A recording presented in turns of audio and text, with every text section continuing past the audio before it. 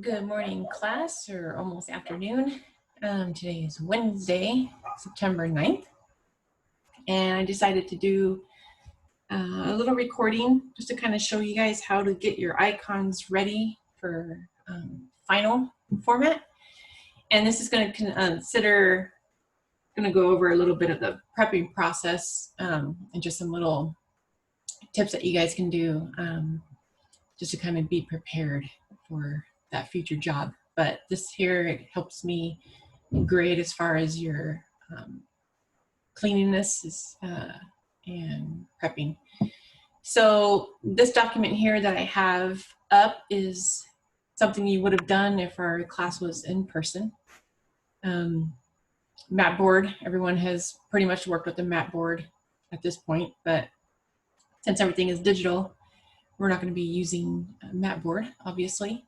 But I'm going to go ahead and save this out as a PDF and supply it to you guys on campus so you guys can have it for anything in the future. But typically what you would do is have your 6x6 print. Your icon would be centered within the print, and then you would cut out a 10x10 mat board and make sure that your 6x6 is centered on your 10x10 mat board. So you would allow 2 inches on all around, all edges. So it would look like this final product. So what I'm going to do is I'm going to show you guys how to set up your AI file and get your icons nice and centered. So what I'm going to do is I'm going to start a new document. So I'm just going to go Command N. It's going to pop up the new document window here. And then since all of your artboards are required to be 6x6, I'm just going to type that in here. So 6 inches width and 6 inches height. And I'm going to make sure that my artboards are 4 because I have 4 icons to turn in. Don't worry about any bleeds. We're not trimming anything, printing anything. So 6x6, 4 times, and then hit create. And this is going to pop up. And this is going to be probably the easiest way for me to kind of go through your guys' files. If you want to do separate artboards, separate AI files, that's totally fine too, whatever works for you. I just kind of find working in one document for all one color is just easiest. So I'm going to go back to my icon here. And I'm going to copy that, Command C, and I'm going to Command V, which is paste. Now you notice that this is pretty tiny.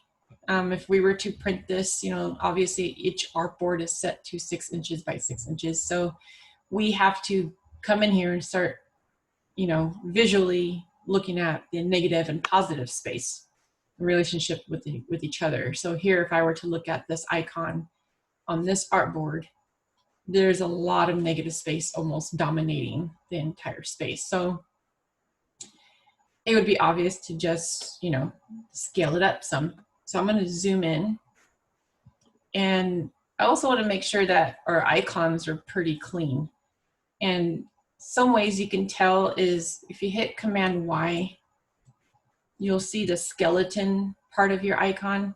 And this helps you look at whether or not your lines are pretty straight, the cleanliness, the less amount of anchors, the better. Just to make sure everything is pretty clean and centered. And this one is pretty decent. So one thing I don't want though, as you can notice, I'm going to bring this up here so you can see. See how I have like this CMYK white? Remember, we're not dealing with any extra colors, and CMYK white is an extra color. So we're going to take that out and just keep CMYK black.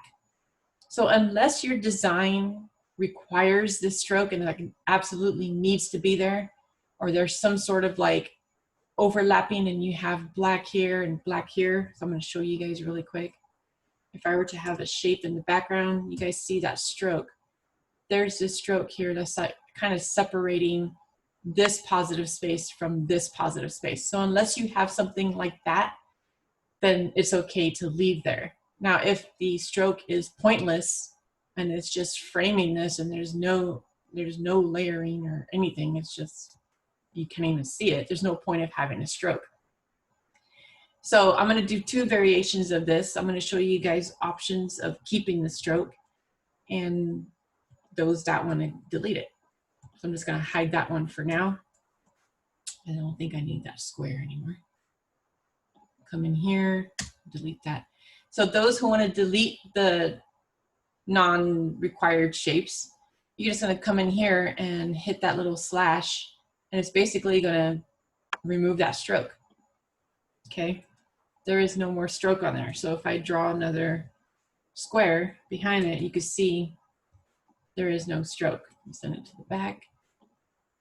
There's no stroke anymore. There is no separation. So that right there would be pretty clean to me. I wouldn't have to worry about telling you guys, oh, don't forget to remove that extra stroke. It's not needed. So in this case, this icon would be pretty prepped and ready to go.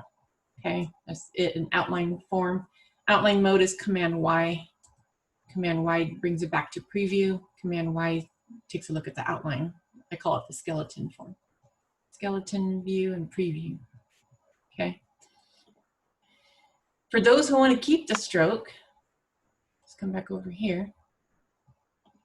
You will probably have to know this anyways, especially when we start getting into our gestalt terms or next assignment, because we do deal with a lot of negative positive space for that one. And those who want to keep the stroke will have to expand it. So we could come here, I'm going to select it. I'm going to go over to my, I believe it's object, down to expand. I click on that, and it's going to ask you, what do you want to expand? You want to expand your fill, or do you want to expand your stroke? So what does it mean to expand? Basically, you're creating that stroke into a shape. So instead of having a stroke pin width, you're now going to have a long rectangle. So you'll see. I'm going to deselect fill because I'm not going to do anything with my fill. I want to expand my stroke only. I hit OK. Now it's become this rectangle, but it does have this like shape, the center line. If I zoom in, it has like a center line in there, which is probably the overlapping of the background black shape. So if I were to select my white arrow, you can see that I can move that out of the way. But that line in the middle is the shape of that whale in the background. So don't freak out because now you have like you have 3 extra lines. It's really not an extra line. It's just that outline of the whale behind it.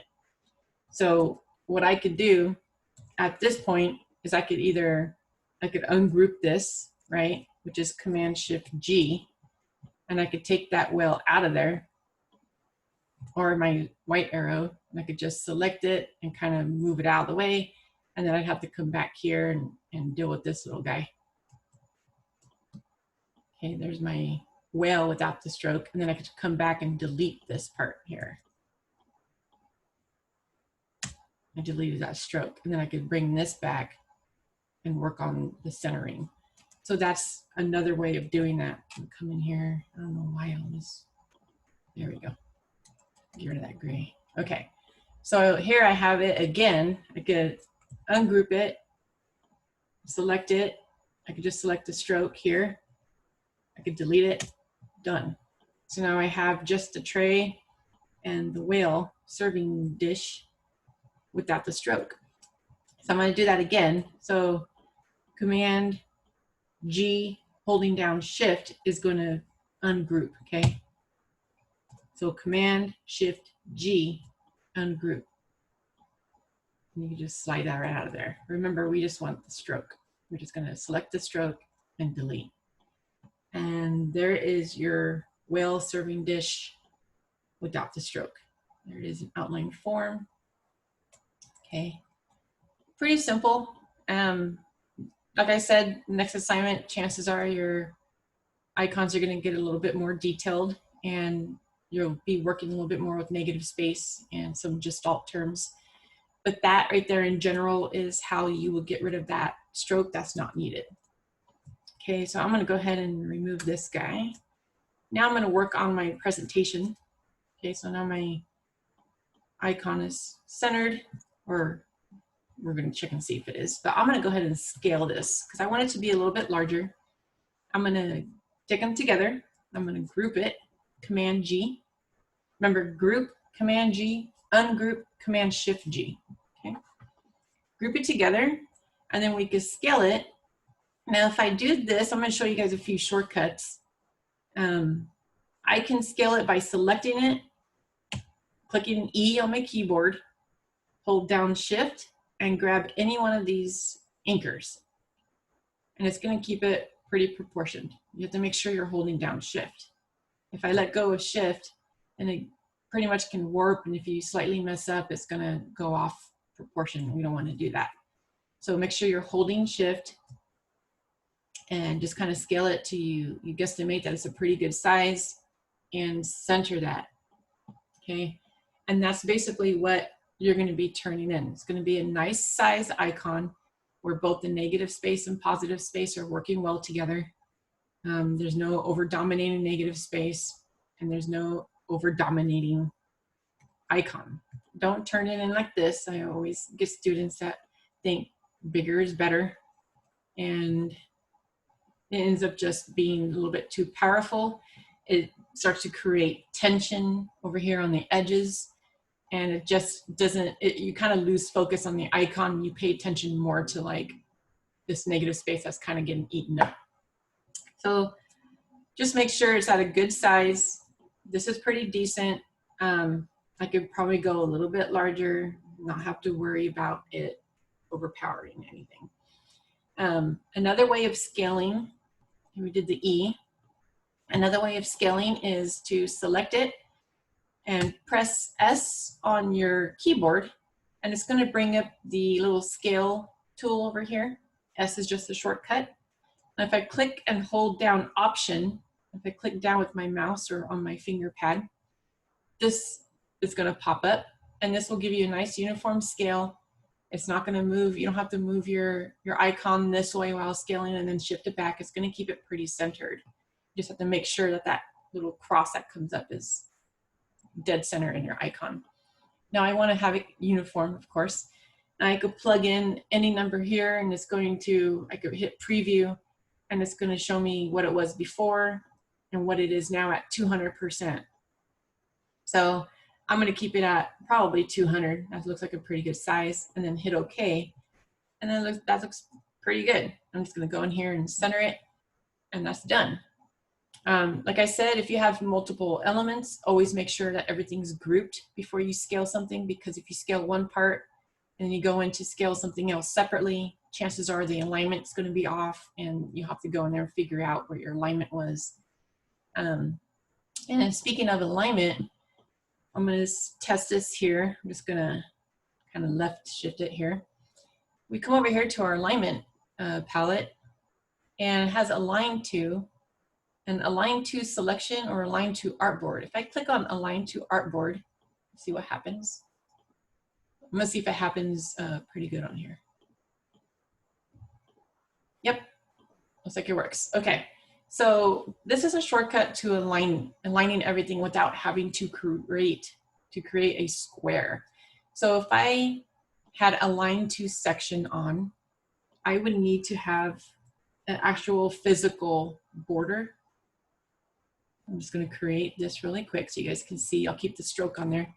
I would need to have an actual border or some sort of frame. I would have to have that selected and my icon selected, and then align to selection means I'm just aligning to whatever I have selected. I'm going to come here. I'm going to click center right here, horizontally and then vertically. Okay, I clicked on both of them. Obviously, let me see. I'm just going to shift this up a little bit. I'm going to cheat it. So I have the square selected and the icon again, and vertically align it. So see, it is now centered in the square. Okay, but now I got to bring it back in here and align it to that square, the artboard. Then I could delete my square because I don't need it. Now I have a nice centered icon on my artboard. Now, if I don't want to go through that extra step of, dealing with the square and having to bring it back, another shortcut would be align to artboard. So I come here, I click align to artboard, okay? It's gonna take this artboard as your border, and you're going to, basically you have to make sure your icon is selected, align to artboard. Here's your horizontal and your vertical. So now it is aligned to the artboard without the extra hassle of having to draw your square and bringing it back in and having that aligned. So that's the alignment. So I want to make sure that all 4 of our icons, I wish I had a few more different variations, but that's okay. Okay, so you have all 4 icons. Now I want to come over to my swatches, and we're going to get in the habit of cleaning out our colors. So obviously we only have black, CMYK, black, right? All of these colors here, pretty much a default. When we start getting into Pantones, you're going to have like 50, right? You're going to have CMYK and some Pantone swatches all mixed up in here.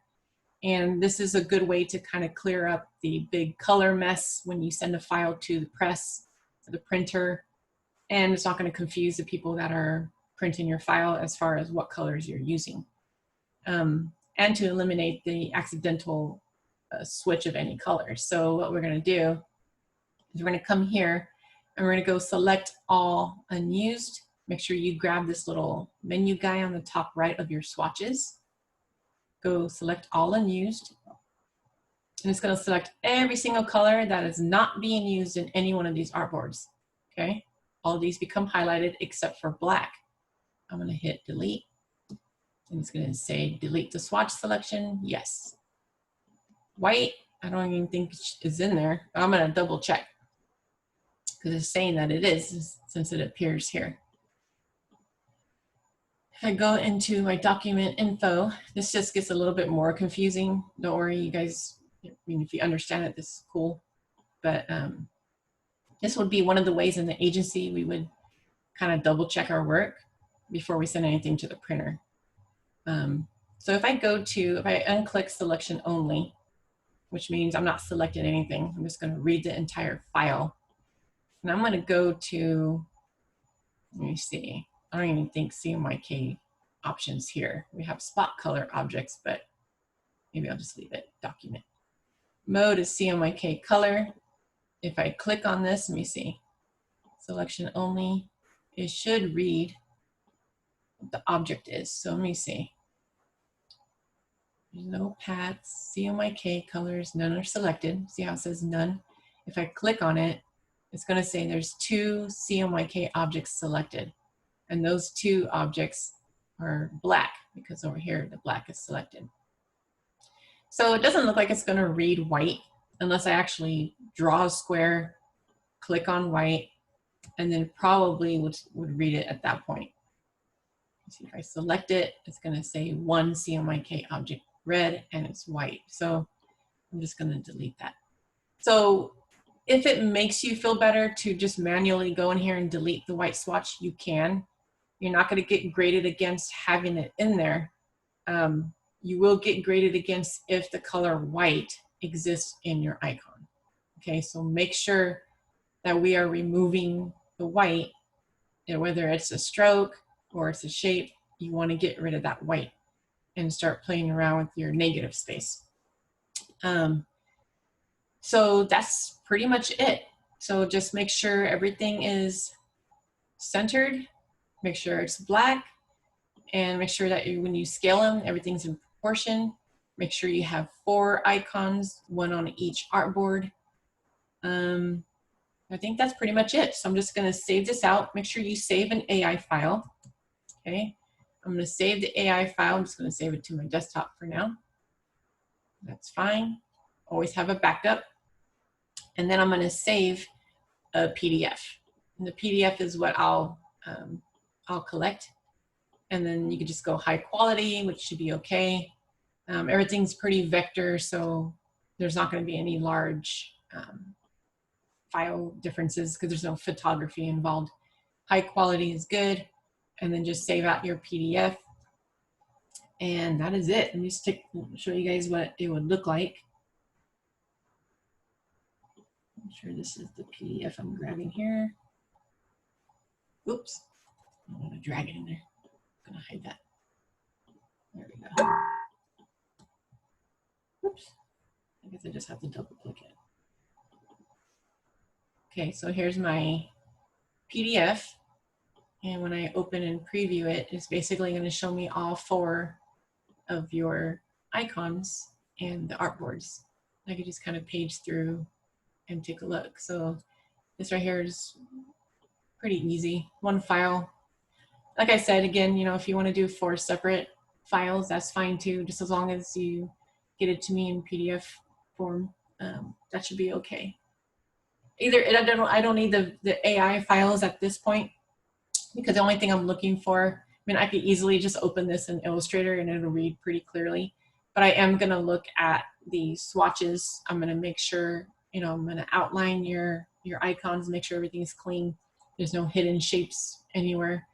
Get used to that Pathfinder tool. I'll show you again. Pathfinder right here. Get used to this one, because this here is gonna help you, you know, just kind of bring 2 shapes together and just see what these do, because you'd be amazed at how fast and efficient, you know, you could clean up an icon or a logo just by using these little shortcuts.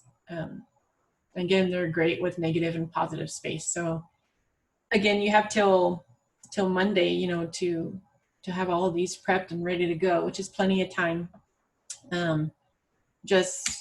I'll approve your guys's icons today, which ones to continue with. Then you'll have 1 per category, and then you just get into the prepping process, and that's pretty much it. So again, like I said, if you guys have any questions, you run into a problem, just message me on Slack.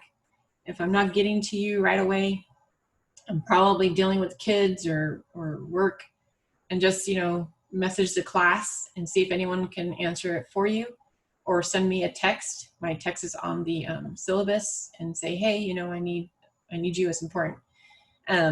Also, if you do need to do a live chat and we have to have that one-on-one meeting, just message me or text me, and we could schedule something today, like around, you know, class time between 3 and 6, and we could get together and kind of look at what you guys, what your questions and concerns are. And that could be either about prepping, it could be about your process on your icons. If you have any questions on prepping after watching this video, I'm free tomorrow, I'm free on Friday, and just let me know and I can answer your questions. Okay, and that's about it. We probably will meet again on Monday for Zoom and go over our next assignment. But as for now, you guys enjoy the rest of your Wednesday. You guys take care out there. Talk to you later.